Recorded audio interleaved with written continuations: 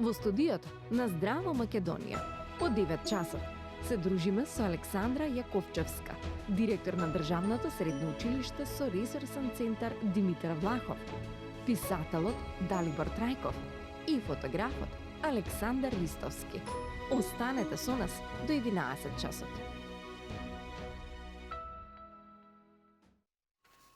Весели и расположени, продолжуваме со нашата утринска емисија Здраво Македонија на Канал 5 телевизија. Уште еднаш да ве поздравам сите вас кои не следите од рано изутринава од 6:45, а ќе останете со нас до 11 часот.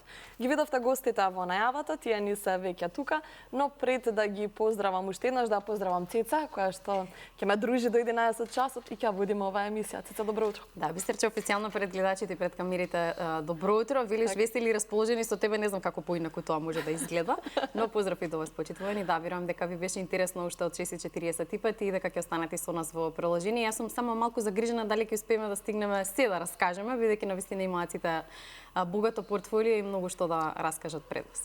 Да поздравиме ни уште еднаш. Да ги поздравиме уште еднаш, Цеца, како што каже и ти, масата ни е полна. Не со благи, како што нели бидува кога доаѓаат гости, имаме вода, кафе за нив, но тие си донесоа своји реквизити, признанија, кои што треба да ги спомнеме пред нашите гледачи и да ве презентираме или запознаеме со нашите гледачи. Да почнеме од господинот Далибор Трајков, кој што е веднаш до мене, полициски инспектор, 25 години во Кавадарци, но пишувате романи околу 5 години.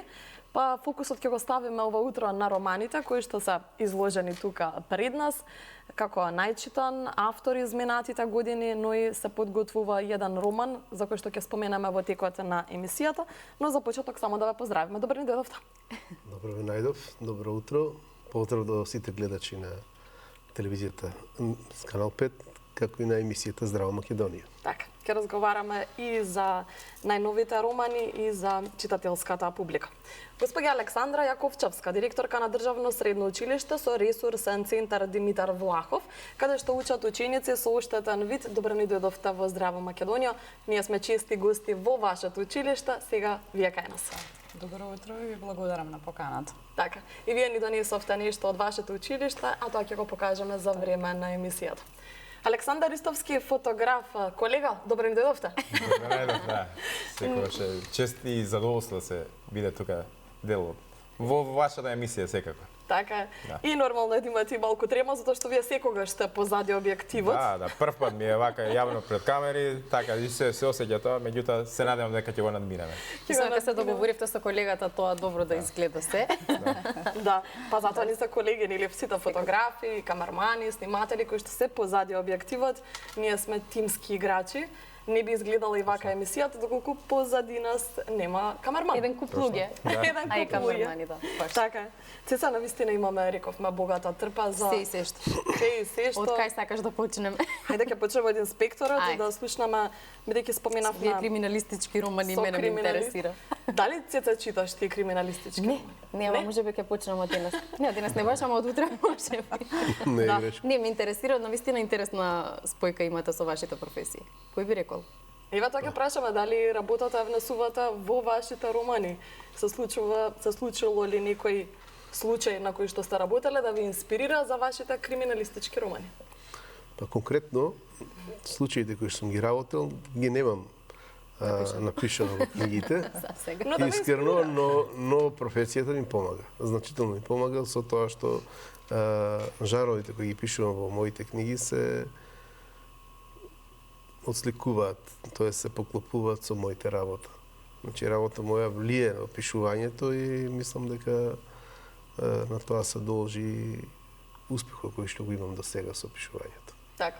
Исто така, кога се слушнавме телефонски за да ве поканиме да ни гостувате во емисијата, ми спомнавте дека сте еден од најчитаните автори, а имате добиено и признание од библиотеката Браќа Миладиновци, така, за најчитан автор? Не, овака, јас имам добиено изминатите 2 години, 2024 година така? И претходната 2025 година, според извештаите на сите библиотеки во нашата држава, значи во Македонија, сум најчитан писател во Македонија. Браво.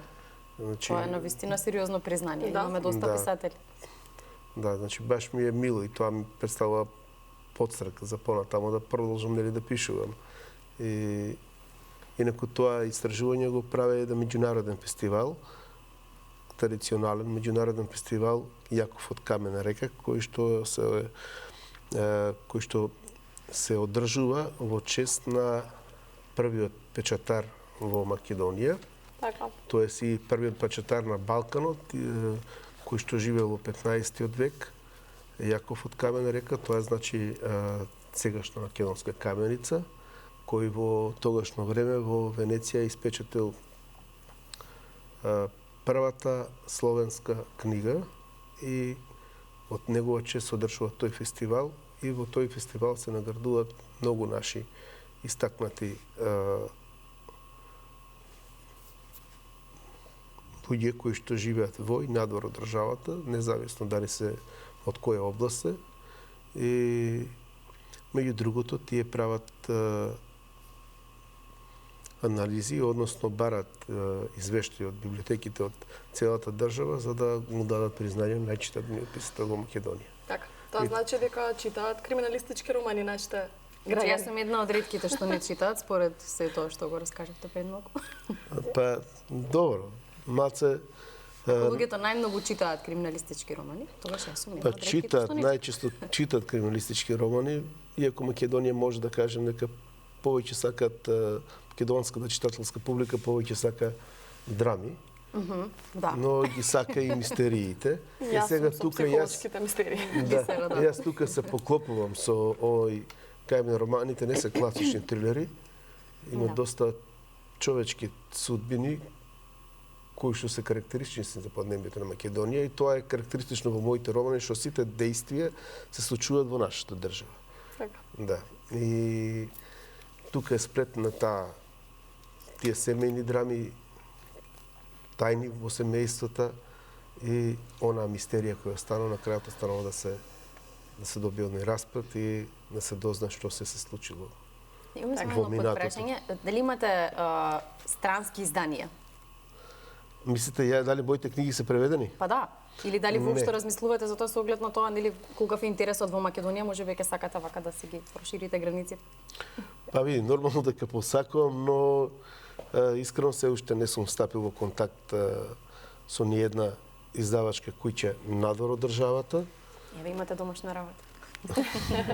Видете, имам стварно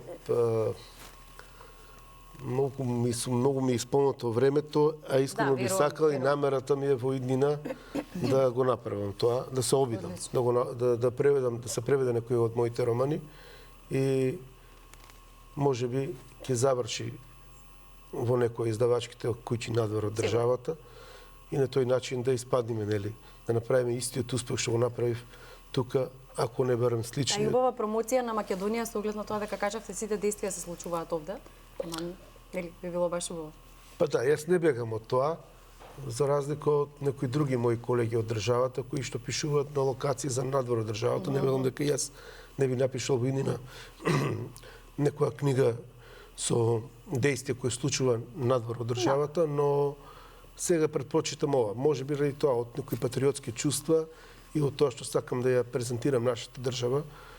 Знам дека моите романи се читаат и надвор од мојата држава, тоест и нашите кои што живеат надвор од Македонија се ги купуваат, знам дека си ги подаруваат меѓу себе. Браво.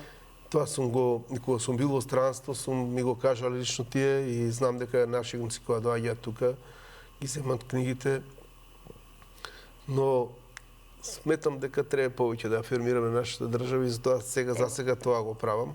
Да, Но да се- книгата е одличен подарок за секоја привода. Александра, кога зборуваме за книгите и читањето, споменавме дека сте директор во средно училиште каде учат деца со оштетен вид.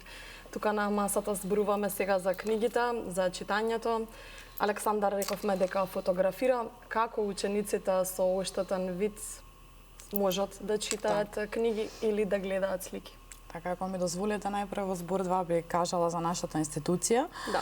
Нашата институција е единственото место каде што се едуцираат учениците со оштетен вид. Од неудамна, од оваа учебна година, прераснавме во ресурсен центар. Тоа значи дека сем што нудиме образование на деца со оштетен вид, основно, средно образование, нижо музичко образование, во рамките на нашата институција функционира и ученички дом, а воедно и даваме поддршка на сите деца кои што се со оштетен вид вклучени, инклудирани во редовните средни училишта. Тоа е една новина од оваа година, каде што ние преку образовна асистенција ги поддржуваме и децата кои што се со оштетен вид и вклучени во редовните училишта. Во однос на прашањето, тоа е нашата специфика, како читаат децата со оштетен вид, односно слепите деца е уште по-специфично прашање. И тоа е нешто кое што треба јавноста да го знае, треба секој да го знае од општа култура. Тоа е фактот дека слепите лица, односно лицата со оштетен вид со потполно слепило, читаат со помош на Браево писмо. Браевото писмо е универзална азбука, која што е систем на 6 точки, распоредена во 2 реда, 3 точки од лева страна, 3 точки од десна страна и со распоред, со различно позиционирање всушност на точките се добиваат сите букви во азбуката, броеви, хемиски символи, ноти и така натаму. Она што е кај нас и од неодамна новина, тоа се дел асистивни технологии кои што се набавени и кои што се уникатни само во нашето училиште ги има, а една од тие е и програм Транслейтор, кој што всушност видниот текст, ние викаме видна азбука, азбуката која што ние користиме, го претвара, го транслетира во Браево писмо, а потоа со помош на Браев печатар, со кој што го имаме во училиштето, печатиме литература, учебници, адаптираме и печатиме за потребите на нашите ученици. Меѓутоа, постојат и одредени издавачки куќи кои што на нивна добра волја имаат издадено неколку капитални дела на Браево писмо. Едно од нив јас сега денеска донесов, тоа е Зоки Поки. Да, едно капитално дело, ќе видите дека корицата е направена и на Браево и направена е на 3D принтер, е тактилна од издавачката куќа Алдебаран. Тие се наши долгогодишни пријатели на училиштето. И еве внатре е текстот на Браево писмо. Значи Браевото писмо е систем на тактилни релјефни букви кои што всушност учениците со оштетен вид поради недостатокот на вид го читаат со помош на тактилитетот, односно јагодиците, врвовите на нивните прсти со допир, да. Тоа е една од опциите. Друга опција е секако аудио материјали кои што и моите колеги, нашите наставници ги подготвуваат, се случува да им ги снимаат лекциите аудио, да им ги праќаат на учениците за да можат да бидат полесно достапни до нив. А освен тоа, во самото училиште изработуваме и тактилни релјефни слики, за да можеме и сликите да им ги пренесеме на нашите ученици и 3D модели преку 3D принтање. Меѓутоа, бидејќи нели светот оди напред и таа дигитализација е многу актуелна, постојат и напредува, секако постојат многу мобилни апликации кои што ги користат и не само нашите ученици, туку генерално лицата со оштетен вид, кои што им помагаат да препознаат, односно им опишуваат одредена слика. Имаме колешки кои што имаат оштетен вид, па често мои пријатели знаат да ме прашат па како она ја видела сликата твоја и ти стиснала лайк на Facebook.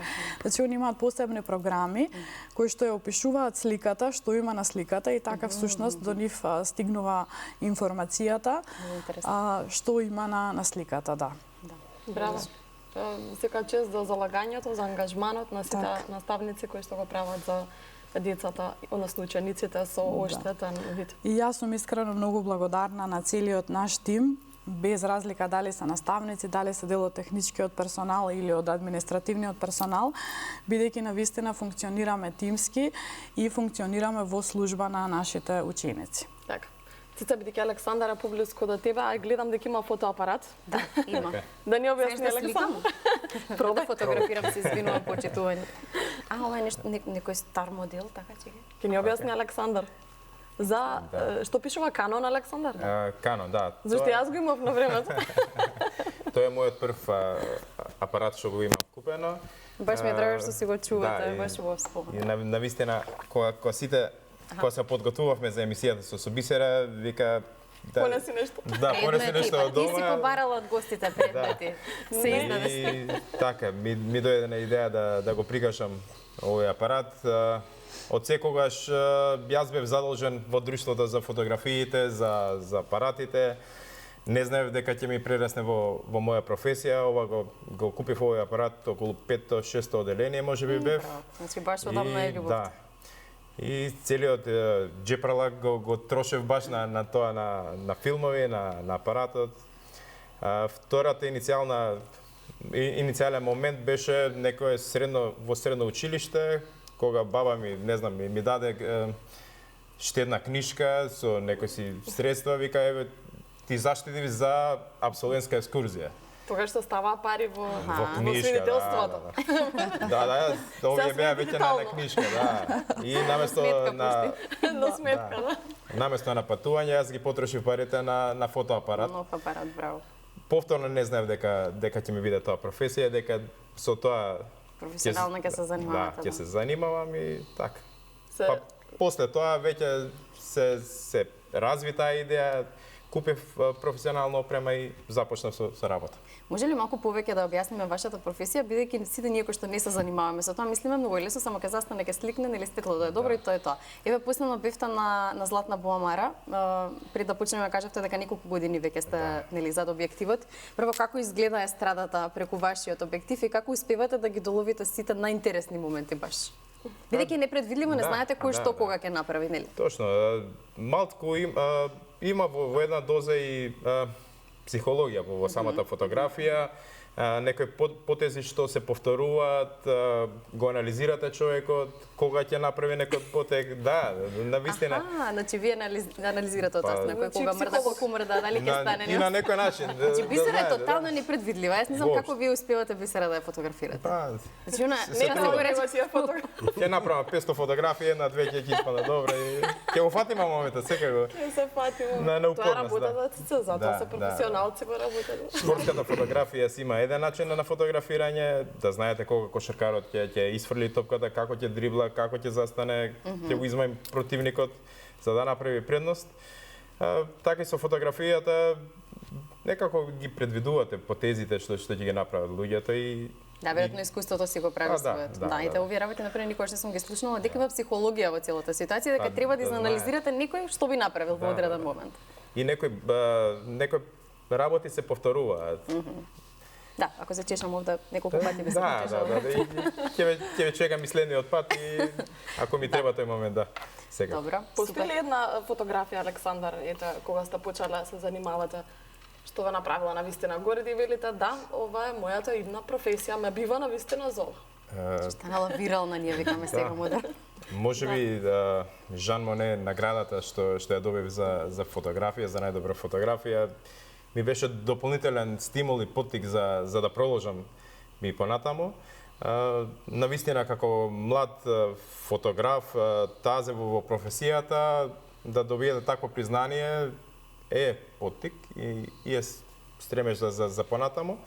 Следува после тоа во избора на холандска амбасада исто имаше некој надпреварување од над 400 нешто автори, влегов во топ 10. Што фотографиравте на овие награди кои што сте ги добиле? Која беше темата? На Жан Моне наградата ми беше поврзана со темата за инклузија, за децата со атипичен развој. Во спортот како се влегуваат во спортот, како се прифаќаат дечињата и како навистина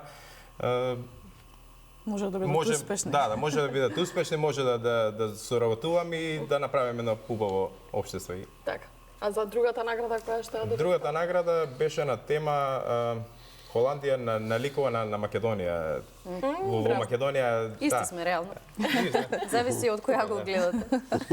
Па добро, По имам многу површина холанѓани кои смисла, што да. се тука преселени во Македонија. Барем јас имам неколку такви информации, можеби ги подсетува нашата држава. Можеби. Не градското подрачје, не имаме природни убавини низ цела Македонија. Да. Александар знае. Можеби цвеќињата, каналите, Да. бродовите, не знам. Така. Така, имавме момент за инспирација и да ги пронајдеме тие делови. Така. Затоа нели наградите говорат кои што сте ги добиле едни меѓу најдобрите.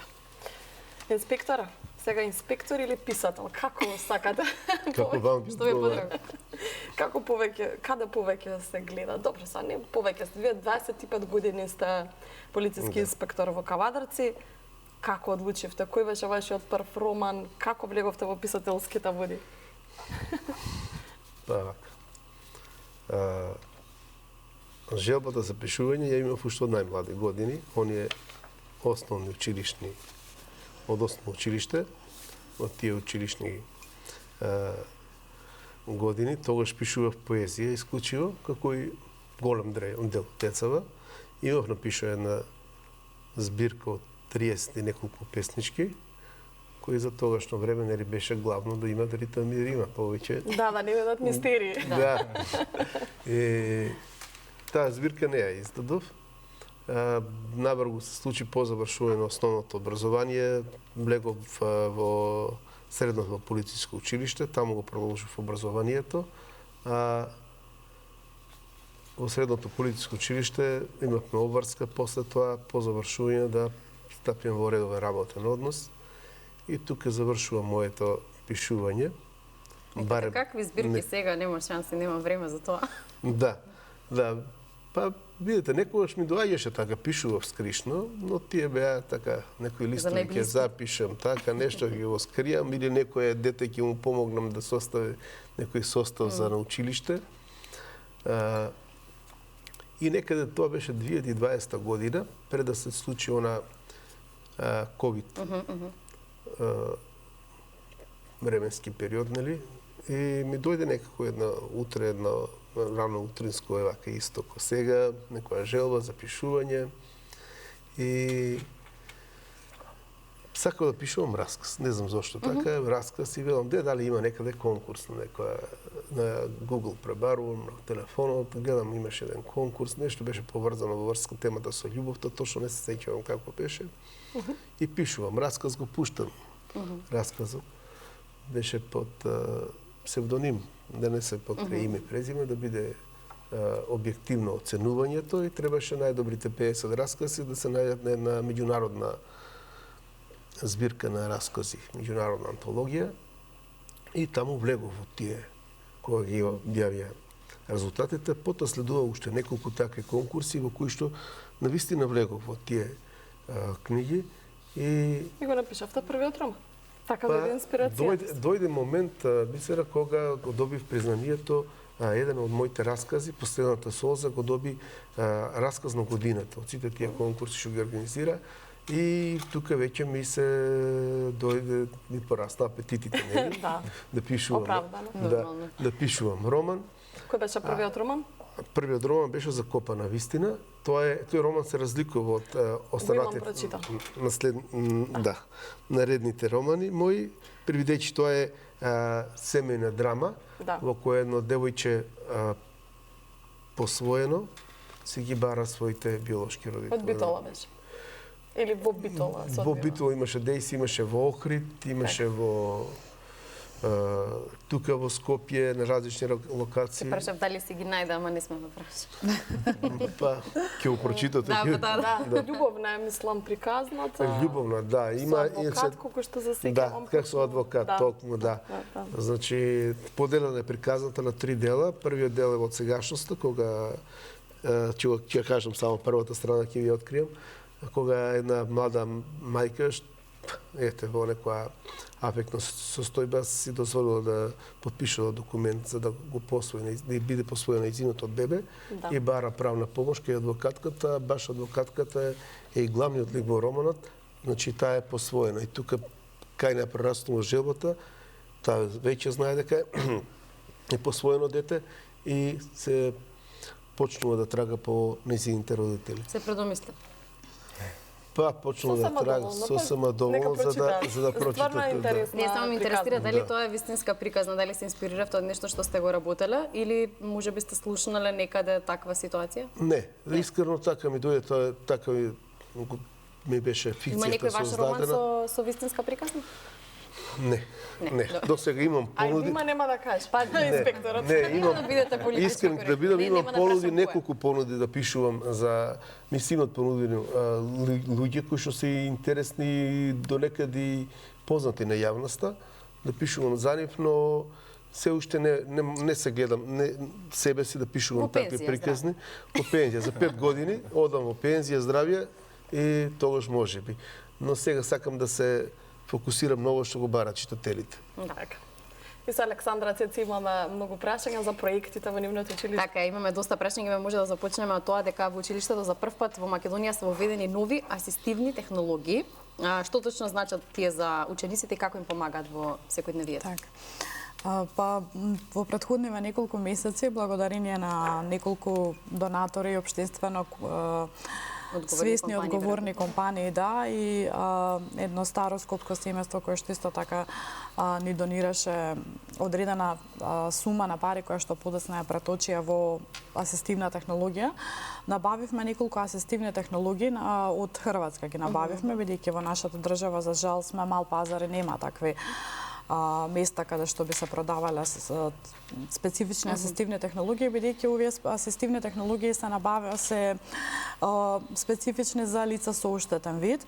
Така сме ние прва институција која што имаме дигитален стап. Знаете дека слепите лица се движат со помош на бело стапче. Тоа е нивната продолжена рака, тоа е белото стапче со всушност нивните очи, но ние за прв пат во училиштето имаме дигитално стапче кое што има вградено и artificial intelligence внатре, може да снима маршрути, па децата преку Bluetooth да ги слушаат маршрутите, се уште го истражуваме бидејќи ни е ново. Имаме колеги, како што споменав и претходно, кои што имаат одредено искуство со асистивна технологија и самите се лица со оштетен вид, па сме во фаза на истражување и на тестирање.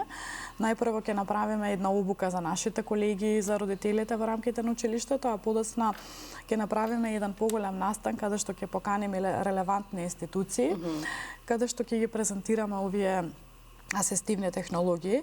За да може да ги користат сите, не само така, учениците. Да може да видат дека всушност ние затоа сме и ресурсен центар, за да можеме нели да и целото општество на некој начин да го обслужиме со одредени потреби кога станува збор за лицата со оштетен вид. Освен белото стапче, значи дигиталното стапче, набавени се и два брајови дисплеи, значи слепите лица за да пишуваат на брајево користат брајева машина, меѓутоа таа е еднарачна, голема, тешка, тежок апарат. Сега, бидејќи дигиталната ера, како што спомнавме во ЕК, имаме набавено, тоа е едно мало апаратче, дигитално, со SD картичка, во која што може да се стават текстови, а може и самите лица со оштетен вид да пишуваат, текстовите се снимаат на SD картичка, а потоа се става SD картичката на компјутер, тие користат на компјутер одговорен програм, бидејќи многу луѓе и се прашуваат како слепите лица користат и телефон и компјутер, значи користат една програма, text to speech, која што се всушност што има на екранот го продуцира аудио во вид на звук. Имавме неколку во изминатиот период имавме неколку соработки со основни училишта. Всушност имавме соработки со сите училишта во општина Аеродром, подпишав меморандум за соработка и имавме работилници со децата од 5-то одделение, ги стававме во улога на деца со оштетен вид, буквално им кажувавме како децата со оштетен вид се движат, како читаат. И имаше доста интересни прашања. Меѓу другите прашања, децата навистина беа љубопитни како слепите лица користат телефон. И затоа и нели пред да започне емисијата зборувавме дека е многу важно јавноста да знае дека слепите, тоа е и нашата мисија и нашата цела, дека лицата со оштетен вид можат се да прават, меѓутоа на малку поинаков начин. Еве конкретно вчера бев на еден настан каде што ме застана една постара господја која што во текот на нејзиниот живот го загубила видот за жал.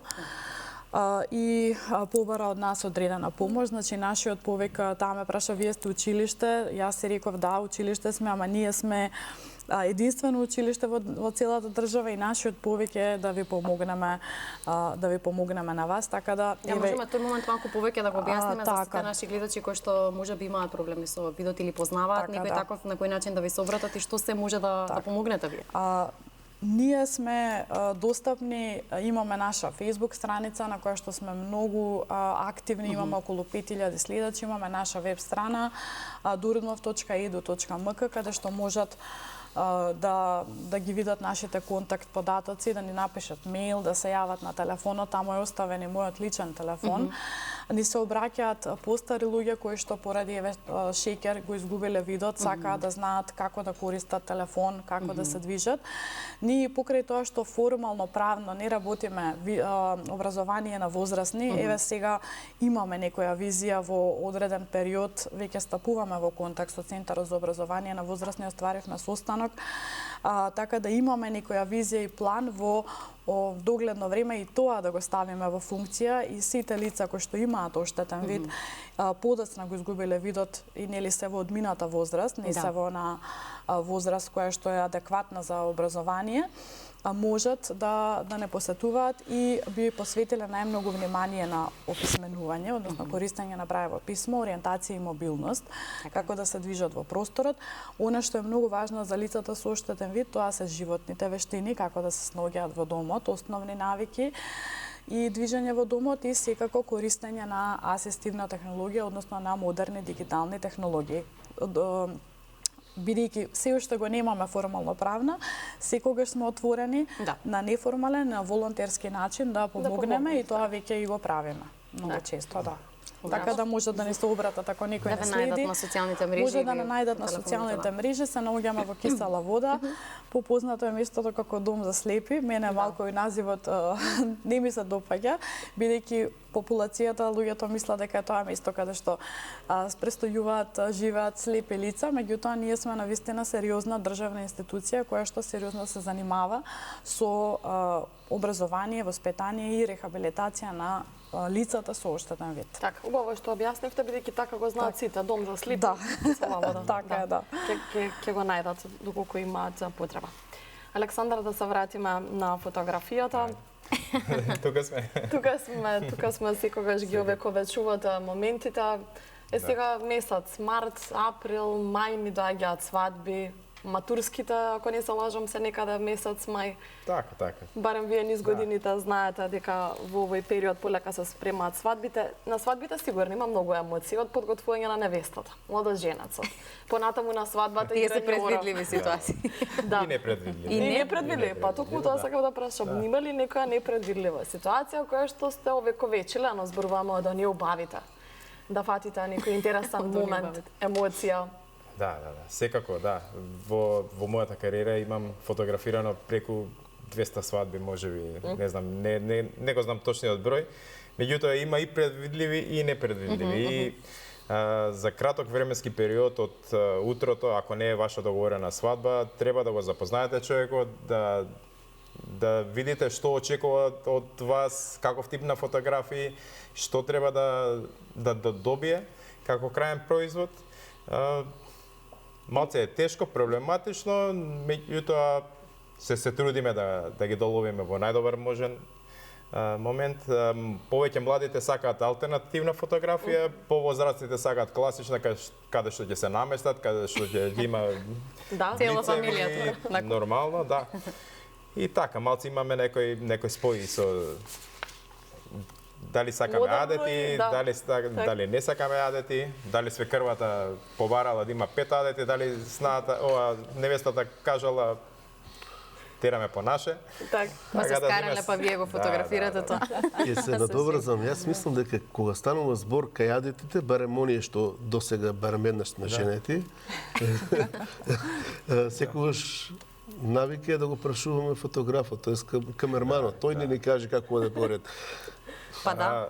Вие знаете се реално. Прибидејќи ќе се скарат овие Горе-долу. постарите. Горе-долу, да. Горе-долу. Баш да пресечите, ама Има ли си уште адети, Александар, од времето? Останале ли адетите? па има. Јас во последно време повеќе така ме препознаваат како ивент фотограф. Работам по настани и по секакви други работи, најмалку свадби работам, меѓутоа има се уште адети, практикуваат луѓето. Сакаат традиција. Да. Се задржуваат оние основните адети, не знам, можеби туркање на врата, погача, кршење и така натака. Ке те оставиме да размислиш за време на рекламите, некој интересен адет или некоја интересна фотосесија која што ви останала во сеќавање да ја споделиме со гледачите. Секако. Ке ги одмориме малку нашите гости, ке се напиеме вода, кафе, чај, одморете и вие накратко со кратки реклами и повторно се враќаме да го продолжиме нашиот разговор до 11 часот.